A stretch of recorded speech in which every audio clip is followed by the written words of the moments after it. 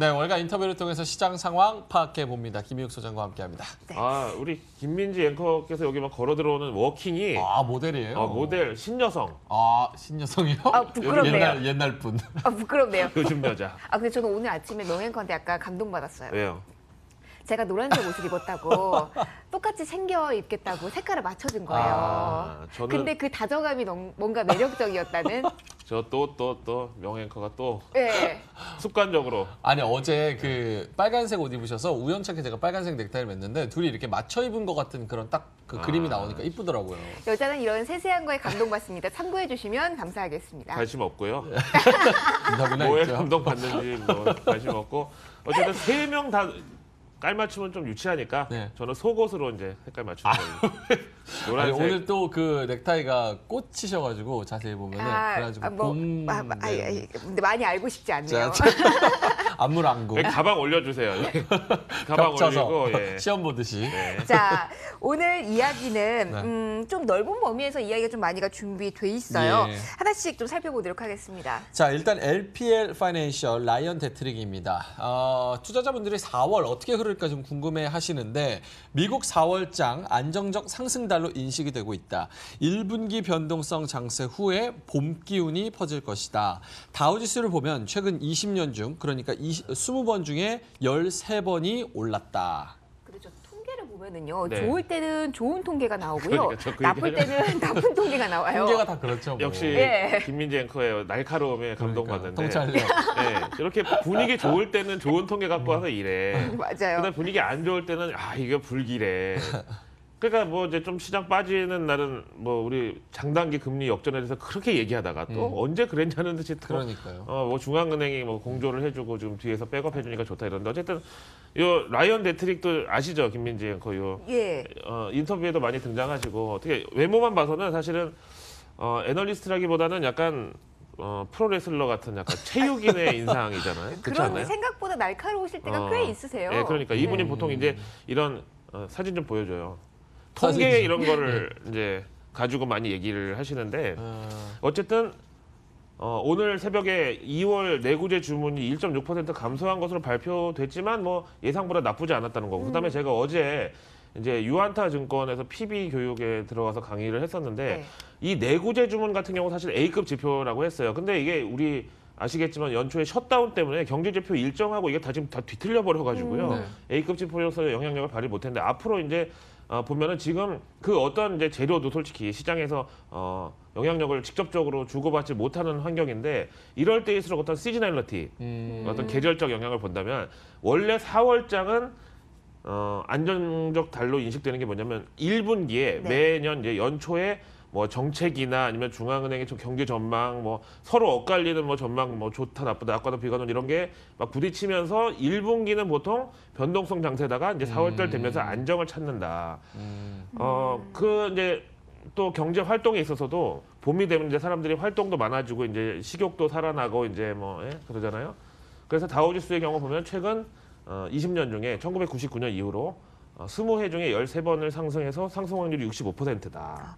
근데 1분기 이 정도면 변동성 장세였던 건가요? 근데 1분기 저는 너무 물론 작년 연말에 안 좋아서 그랬겠지만 1분기에 너무 사실 강세장이었다고 생각해요. 한 방향으로. 그러다 보니까 4월 달이 조금 피로감 느낄 수도 있지 않나 그런데 이 사람의 의견에 따르면 이렇게 안정적 상승의 달로 인식이 된다. 4월에 대해서 장밋빛 전망이 좀 많이 나오긴 하는 것 같아요. 오늘 네. 특히 뭐 다음 나온 코멘트 역시 비슷한 이야기라서 묶어서 가볼까요? 들어볼까요? 네, 스탁 트레이더스 알마낙 제프리 허쉬입니다. 1949년, 멀리 가네요. S&P 500 통계에 착안하면 1분기 평균 상승률 5.4% 이상일 경우에 4월 증시 21년 중 2번만 하락. 이거 찾아내기도 힘들 것 같아요. 계산하기도 정말 힘들 텐데 대단하네요, 진짜. 스탁 트레이더스 알마낙이라는 기관의 어떤 그 알마낙이 연감 이런 거잖아요. 그것만 파고 있는 것 같은데. 네, 엑셀로 뭐가 맞는 것 같아요. 위에서 내려왔겠죠. 어떻게든 끼워 맞춰봐. 통계 하나 줘봐. 1949년이면 2차 세계대전 일어나고 나서 우리 6.25 터지기 바로 직전인데 그때 주식시장이 뭐 좋아요. 어쨌든 봅시다. 뭐 통계는 과학이니까 1분기 평균 상승률이 5.4% 이상. 이번 같은 경우는 올해 미국 1분기 상승률이 13% 정도 됐죠. 근데 이제 이게 뭐 남의 나라 얘기네라고 할 수 없는 게 우리도 코스피 1분기 상승률 5.6%였단 말이에요. 그럼 여기 해당될 수 있어요. 그럴 경우 4월 증시는 21년 중에 두 번만을 하락을 했는데 그 두 번이 1987년하고 1956년 두 번인데 87년은 아시는 대로 블랙 먼데이가 왔던 해인데 블랙 먼데이는 물론 10월 달이었지만 그 전에 연초부터 약간 좀 이상한 전조 증상들이 있었던 때에서 안 좋았고 그다음에 56년도는 뭐 구소련이 헝가리 침공하고 예. 이스라엘 전쟁 나고 그러면 이변이 없는 한 4월 증시가 월간 수익률이 마이너스였던 적은 없었다. 이렇게 봐도 되는 거예요? 그렇게 봐야 되겠죠. 일단 내이 위주로 56년은 내가 태어나기 전이니까. 예. 예, 아, 87년도 전이에요? 예, 87년도 제가 초등학교 때 꿈 많은 초등학생 시절에 한번 블랙 먼데이 빼고는 거의 1분기가 저렇게 좋았으면 그 바로 다음 달인 4월 달도 나쁘지 않았다. 오히려 우리는 1분기에 너무 땡겼으니까 이제 4월 달에 좀 팔고 좀 세게 좀 차익 실현 들어가지 않나 했는데 그 관성이 4월 달까지는 가더라. 이런 게 여기 나왔네요. 어쨌든 이제 4월 달에 좀 긍정적인 흐름이 이어진다는 평가가 나오면은 라이징 스타 종목들한테도 좋은 거겠네요. 당연히 좋고요. 저희가 또 이제 어떤 경기 방어주 성격의 흐름을 보일 때도 있지만 이렇게 장이 좋을 때는 또 거기 또 가속 탄력성이 붙는 그런 경향도 이게 또 있죠. 장이 너무 강세장이라고 하더라도 내 종목이 가는 건 아니더라고요. 그러니까 항상 그렇죠. 보면은요. 장이 좋다고 내 종목이 뭐 잘 갈 것 같으면 사실 그냥 뭐 3대 지수만 보고 주식하면 되지 않나요? 맞아요. 그렇죠. 근데 전혀 그렇지가 않죠. 개별 종목의 어떤 이제 내재 가치를 우리가 측정하는 게 중요하고 뭐 라이징 스타 그런 면에서 네, 한마디 하시고 싶을 것 이상하게 같아서. 라이징 스타의 특징이 뭐냐면 내 입에서 3번 이상 얘기하면 부끄러움에 정말 노래져요. 네. 왜 얼굴이. 그러세요? 노래져요? 네. 아유 당당합니다. 그러니까 아, 수익률도 그래서 좋은데. 수익률도 좋고 그래서 되게 고맙다는 인사도 기다리고 많이 계신 분도 드시는데 예, 예. 기승전 라. 예 다음 진짜 걸로 빨개지셨어. 넘어가야겠다. 창피해. 다음 걸로 자, 넘어가겠습니다. 다음 거 볼게요. 블랙록 자산운용의 리차드 터닐입니다. 글로벌 경제 침체 우려보다는 강하고 중앙은행 도움 없이는 약한 상태.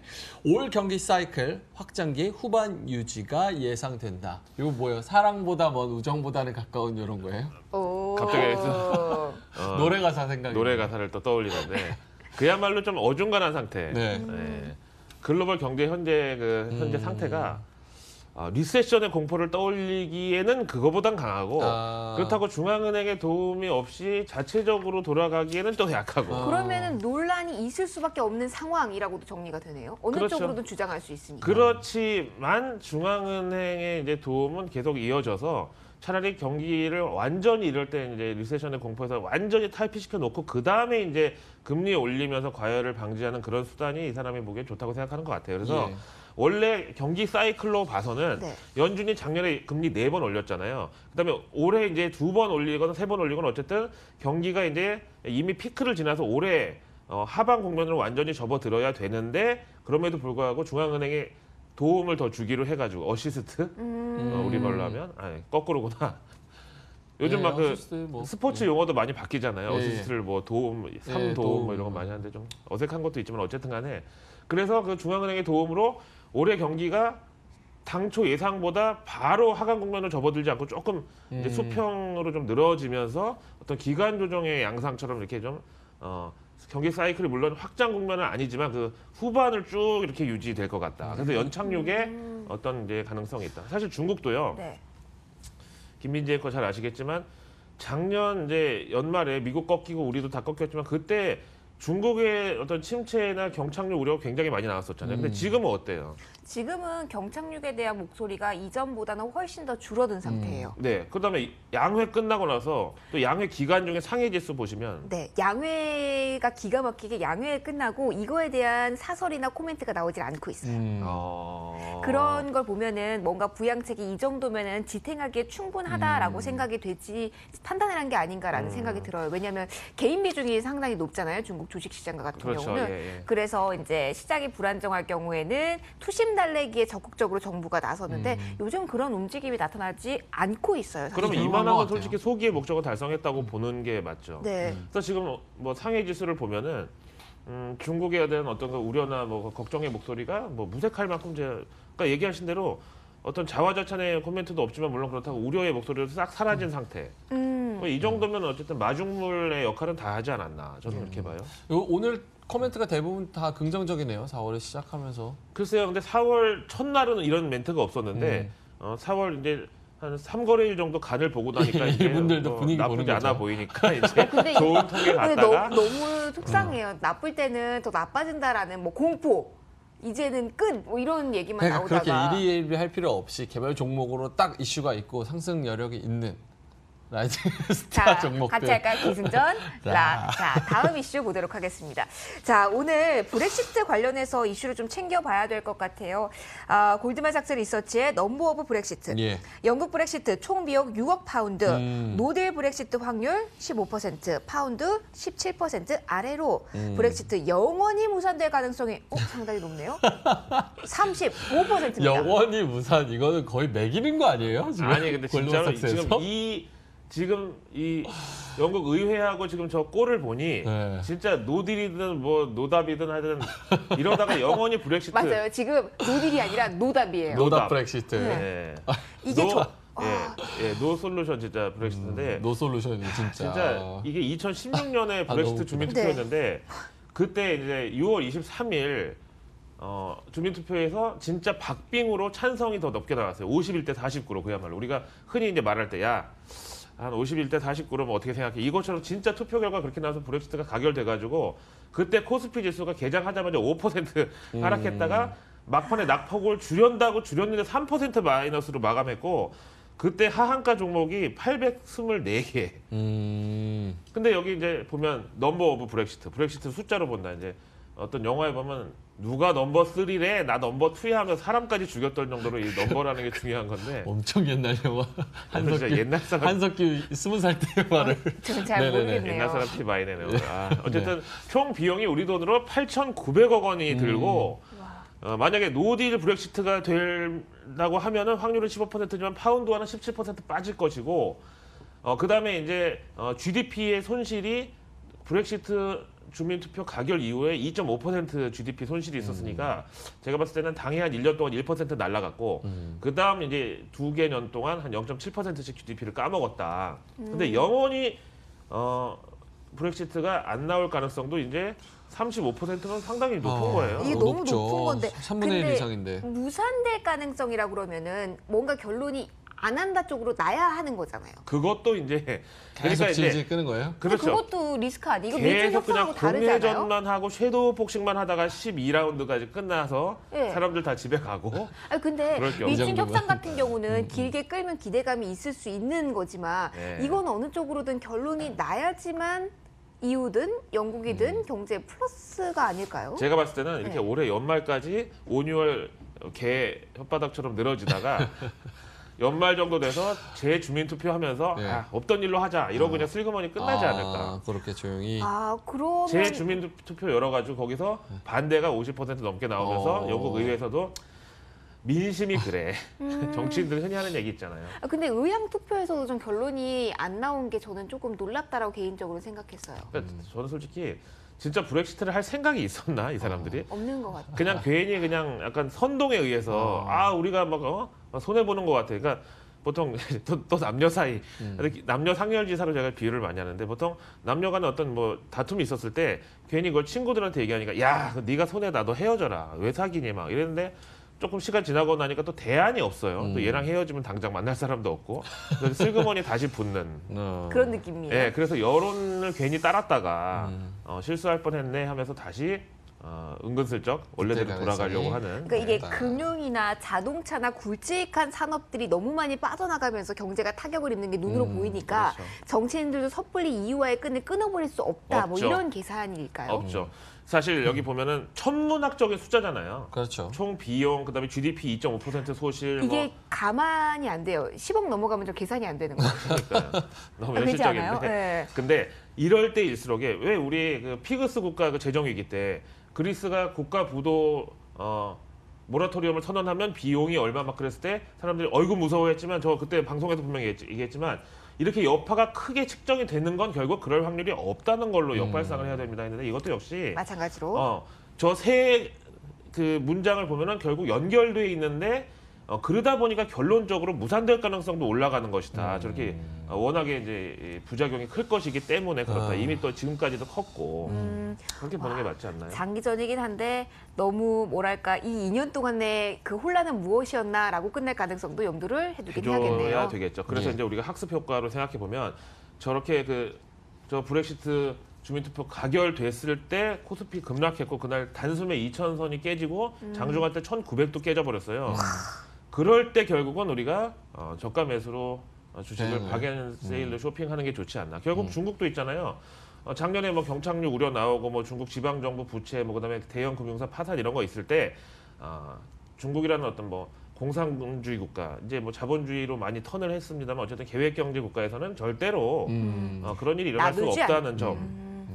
그래서 당연히 관리에 들어간다고 봤기 때문에 더 그때 이제 저가에 매수한 분들은 지금 이제 신나겠죠. 뭐. 그러니까 위기를 위기로만 보지 않고 위기를 기회로 보는 시선도 때때로는 필요한 것 네. 같습니다. 장단기 국채금리 역전했을 때도 소장님이 아, 저가 매수 맞아요. 들어와라 이렇게 그런 말씀하셨잖아요. 자신 있게. 쌍팔년도 그 경제학에 나온 뭐 장단기 금리 역전은 뭐 리세션의 전조다라는 거는 이제 전혀 우리가 너무 통계에만 의존을 해서 그 위협을 더 키울 필요는 없는 것 같습니다. 네. 계속 조심해야겠지만 자, 자, 오늘 마지막 거 예, 계속 보도록 일본 뉴스 할까요? 하나 보고 끝내도록 하겠습니다. 교도통신의 일본 레이와 여론조사입니다.